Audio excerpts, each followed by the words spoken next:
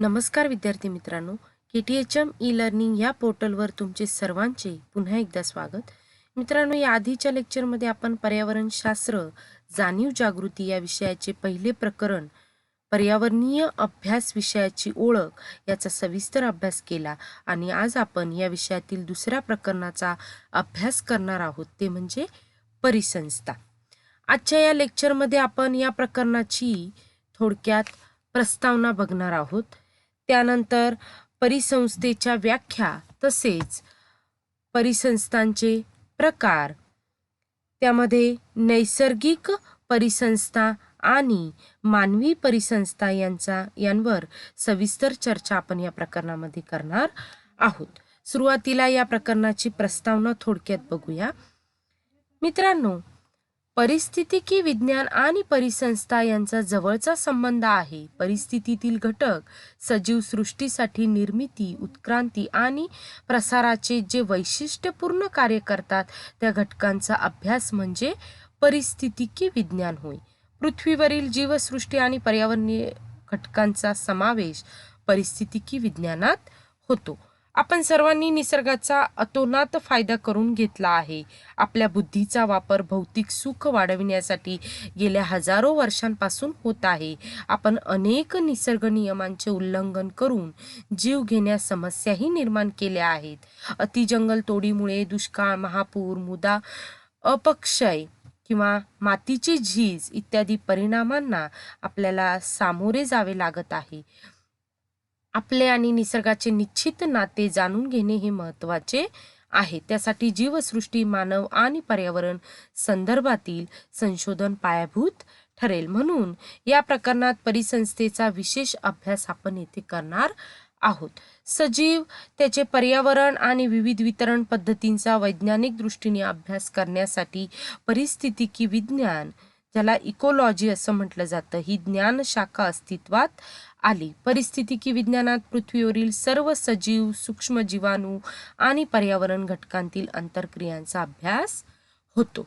यानंतर आपण परिसंस्थेच्या व्याख्या बघूया.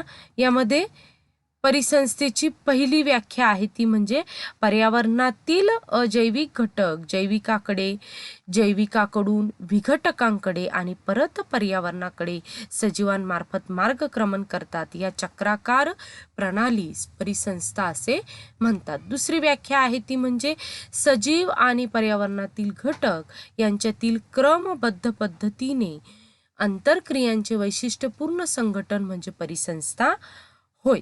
यानंतर आपण परिसंस्थांचे प्रकार बघूया. यामध्ये मुख्यतः दोन प्रकार आहेत. तो म्हणजे पहिला म्हणजे नैसर्गिक परिसंस्था आणि दुसरा म्हणजे मानवी परिसंस्था.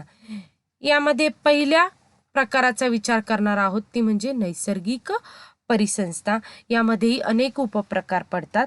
मित्रांनो, नैसर्गिक परिसंस्था या प्रकारात भू, सागरी, जल, मृदा, वातावरण, वाळवंटी, गवताळ, खाडी, नदी, सरोवर या सर्व परिसंस्थांचा समावेश होतो. आणि यामध्ये पहिली जी परिसंस्था आहे ती म्हणजे भूपरिसंस्था. यामध्ये जंगल परिसंस्था हा एक पहिला प्रकार आहे. जंगल किंवा वन परिसंस्थेत वनस्पती आणि प्राण्यांची विविधता, तापमान, आर्द्रता या पर्यावरणीय घटकांवर अवलंबून असते.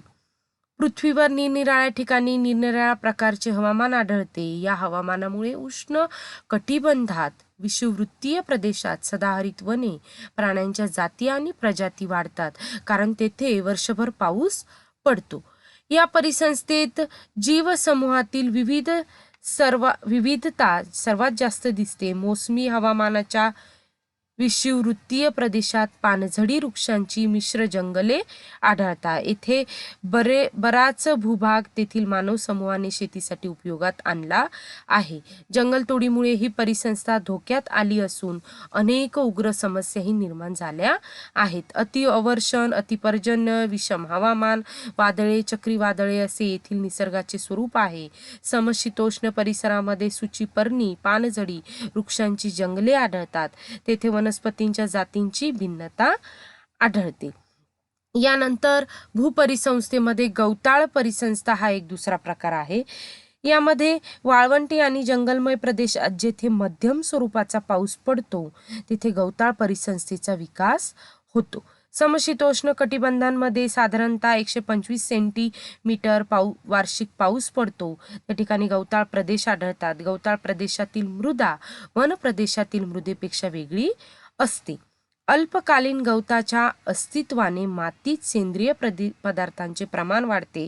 त्यामुळे गवताळ परिसंस्थेचे रूपांतर अनेक ठिकाणी कृषी परिसंस्थेत झालेले आहे. गहू, मका, बाजरी ही प्रमुख पिके तेथे घेतली जातात. गवताळ प्रदेश जंगलांच्या तुलनेने अधिक चांगल्या वैशिष्ट्यपूर्ण मातीची निर्मिती करतात.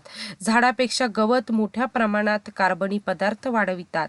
तृणभक्षी प्राणी ह्या परिसंस्थेचे वैशिष्ट्य मानले जाते.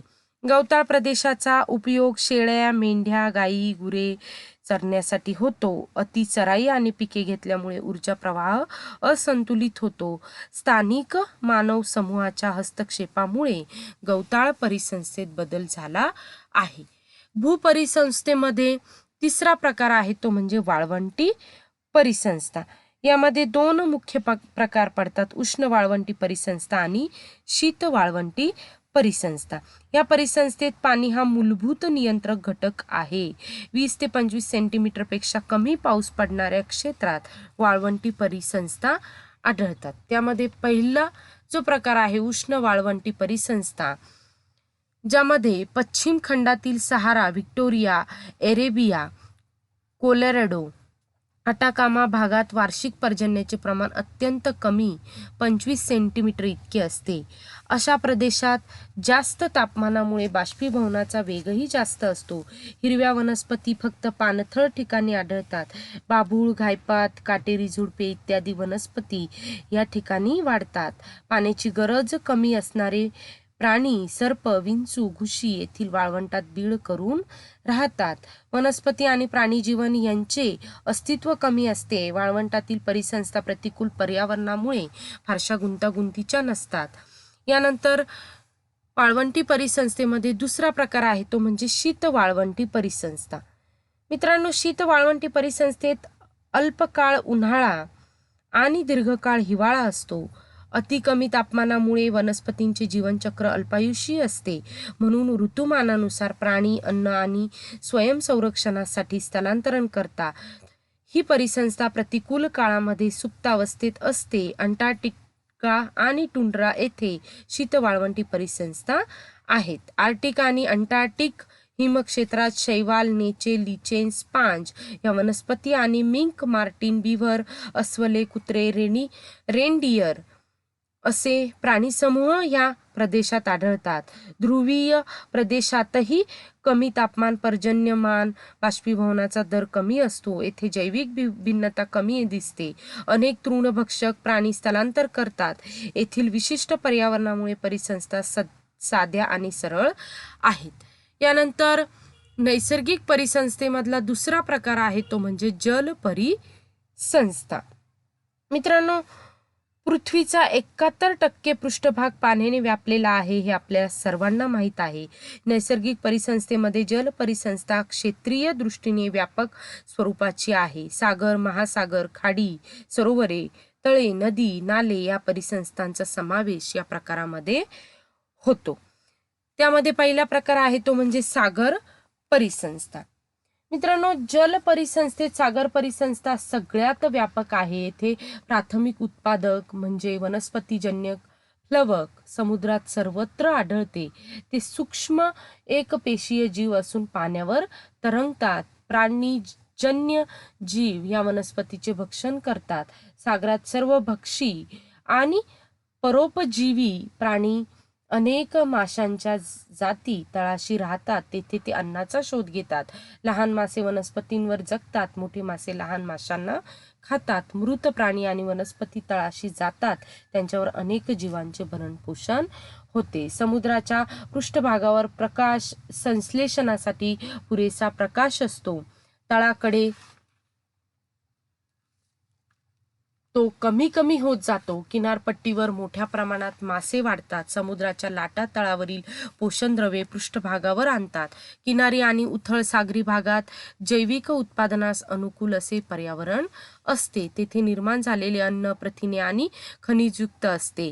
त्याचा स्थानिक मानव समूह अन्न म्हणून उपयोग करतो. यानंतर जलपरिसंस्थेमध्ये खाडी, सरोवरे, तळे परिसंस्था हा एक पुढचा प्रकार आहे. मित्रांनो, समुद्राचे पाणी नद्यांच्या मुखात जेथेपर्यंत शिरते तेथेपर्यंतचा भाग आणि किनाऱ्याजवळील जमिनीचा चिंचोळा भाग ज्यात सागराचे पाणी शिरते त्यास खाडी असे म्हणतात. खाडीचा प्रदेश बऱ्याच ठिकाणी उथळ असतो. त्या ठिकाणी जीवसमूहांना अन्नाची उपलब्धता विपुल प्रमाणात होऊ शकते. भरती, ओहोटी, लाटा, समुद्र प्रवाह, नद्यांचा पूर या सर्व घटकांमुळे ऊर्जा संक्रमण वेगाने होत असते. या परिसंस्थेत गवत, शेवाळ, चिखलातील सूक्ष्म व अतिसूक्ष्म जीव आढळतात. जलप्रदूषकांमुळे अशा प्रकारच्या नैसर्गिक परिसंस्था नष्ट होत आहेत. या संदर्भात आपल्याला कोकण आणि मुंबई भूप्रदेशाचे उदाहरण सांगता येईल. या परिसरातील खाड्या, माती आणि गाळामुळे प्रयत्नपूर्वक नामशेष केल्या जातात. तसेच सरोवरे आणि तळे परिसंस्थेला गोड्या पाण्याची परिसंस्था असेही म्हणतात. सरोवराच्या आकारावर परिसंस्थेचे स्वरूप अवलंबून असते. उथळ भागात गवत आणि वनस्पतींची वाढ होते. त्याचबरोबर सूक्ष्म कृमी, अळी आणि इतर जीवांची वाढ होते. खोल पाण्यामध्ये खेकडे, मासे, मृदुकाय प्राण्यांचे वास्तव्य त्या ठिकाणी असते. खोल पाण्यात तापमान, सूर्यप्रकाश कमी असल्यामुळे तेथे सजीवांचे प्रमाण कमी असते. तळे आणि सरोवरे कृत्रिमरित्या निर्माण करता येतात. तिथे मासे, खेकडे, बेडूक इत्यादी सजीवांची वाढ करता येते. नैसर्गिक तळी आणि सरोवरांमध्ये गाळ साचून ते नष्ट होतात. तेथे वनस्पती आणि भूचर प्राणी वाढतात. पूर्वी भारतात गावोगावी तळी आणि सरोवरांचे प्रमाण भरपूर होते. अलीकडील काळात त्यांना बुजवून तेथे मानवी वस्तीसाठी जमीन निर्माण केली जात आहे. आणि जल परिसंस्थेचा तिसरा प्रकार आहे तो म्हणजे नदी परिसंस्था. मित्रांनो, नदीचे पाणी प्रवाही स्वरूपाचे असते. त्यामुळे ऊर्जा नियमाच्या दृष्टीने ही परिसंस्था परिपूर्ण नाही. जैविक, अजैविक पदार्थ, प्रदूषके यांचे नद्यांमधून सतत वहन होत जाते. त्यामुळे जीवसमूह आणि इतर जैविक घटकास बाधा निर्माण होते. नदीच्या प्रवाह मार्गात गाळ साचतो. नदी प्रवाह बदलतो. गाळाच्या ठिकाणी वनस्पतीजन्य प्लवकांची वाढ होते. चिखलात राहणारे कीटक, जलपर्णी, लव्हाळे, शैवाल वाढतात. ही परिसंस्था काही प्रमाणात स्थिर असते. भौगोलिक आणि मानवनिर्मित घटकांच्या परिणामामुळे परिसंस्थेत बिघाड होतो. नद्या प्रदूषित होतात. गावोगावी असलेल्या नद्यांना जागोजागी धरणे, बंदरे घातले गेले. तसेच अनेक ठिकाणी नदीपात्रांचा आणि प्रवाहांचा उपयोग गावातील सांडपाणी वाहून नेण्यासाठी सर्रास होऊ लागला. त्यामुळे या परिसंस्थेचे भवितव्य ग्रामीण भागात धोक्यात आले आहे. प्रदेशात मात्र या परिसंस्थेच्या संरक्षणासाठी जाणीवपूर्वक प्रयत्न केले जातात. यानंतर मानवी परिसंस्था हा एक मुख्य प्रकार आहे. त्यामध्ये 3 परिसंस्था आहे: कृषी परिसंस्था, कृत्रिम परिसंस्था आणि विशेष परिसंस्था. मित्रांनो, मानव आणि निसर्गातील प्राण्यांचा सहसंबंध अनादी काळापासून आहे. प्राण्यांचा उपयोग माणसाच्या गरजा भागविण्यासाठी होतो. माणसाशी निगडीत असलेल्या सर्व जैविक आणि नैसर्गिक घटकांच्या एकत्रित संबंधांना मानवी परिसंस्था असे म्हणतात. मानवी परिसंस्थेचा संपूर्ण कृषी परिसंस्थेशी संबंध हा कृषी परिसंस्थेशी अधिक आहे. कुटुंब, समाज आणि संस्कृती यासारख्या संस्थांचा संबंध मानवी परिसंस्थेशी आहे. त्यांचे स्वरूप कृत्रिम आणि विशेष प्रकारचे असते. मानवी परिसंस्थेचा प्रमुख घटक माणूस हाच असून त्याचा परिसरातील सर्व घटकांशी घनिष्ठ संबंध असतो. या अशा पद्धतीने आपण इथेच थांबूया. धन्यवाद.